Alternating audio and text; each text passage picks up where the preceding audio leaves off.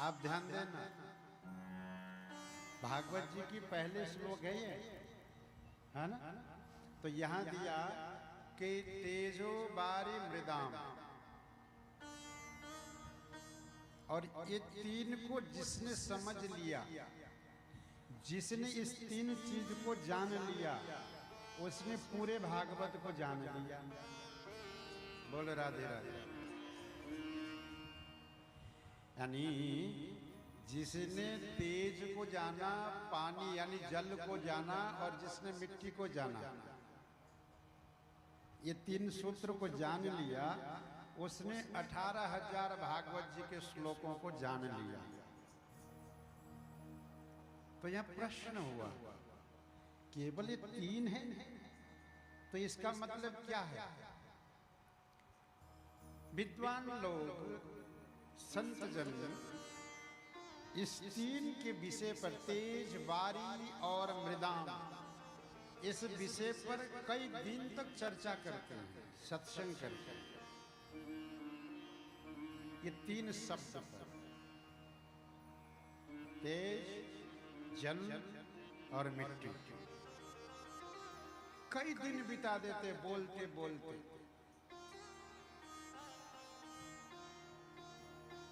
कहा कि सर्वप्रथम तो जीवन में तेज हो, यानी तेज प्राप्त करो, तेजस्वी बनो। अगर जीवात्मा को परमात्मा के करीब होना है तो पहले तेज को प्राप्ति करो, तेजस्वी जीवन में लाओ, तेजस्विता।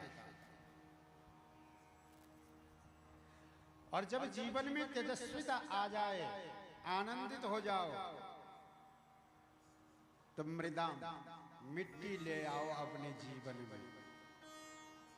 बोलो राधे राधे।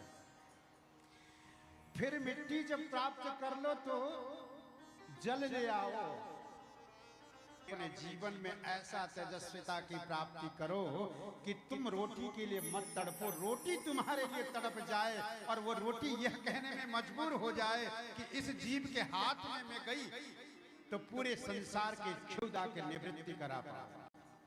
ऐसे तेजस्वी।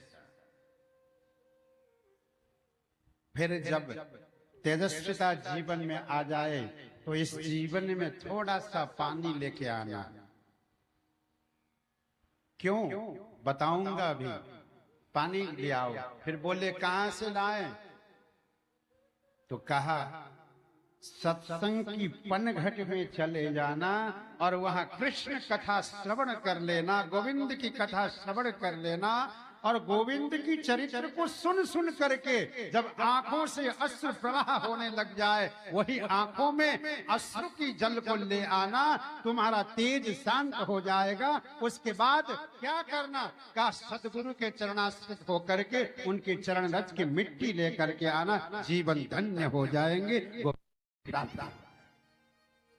और पूरी भागवत यही है कि भक्त चरण में जाना,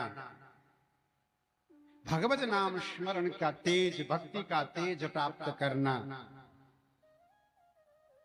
पूरी भागवत अभी से प्रारंभ करके अंतिम समय तक, विश्राम के दिन तक यही चर्चा है। भक्ति को बढ़ाओ, तेज को बढ़ाओ और प्रेमाश्रु प्रवाह करो, यही है।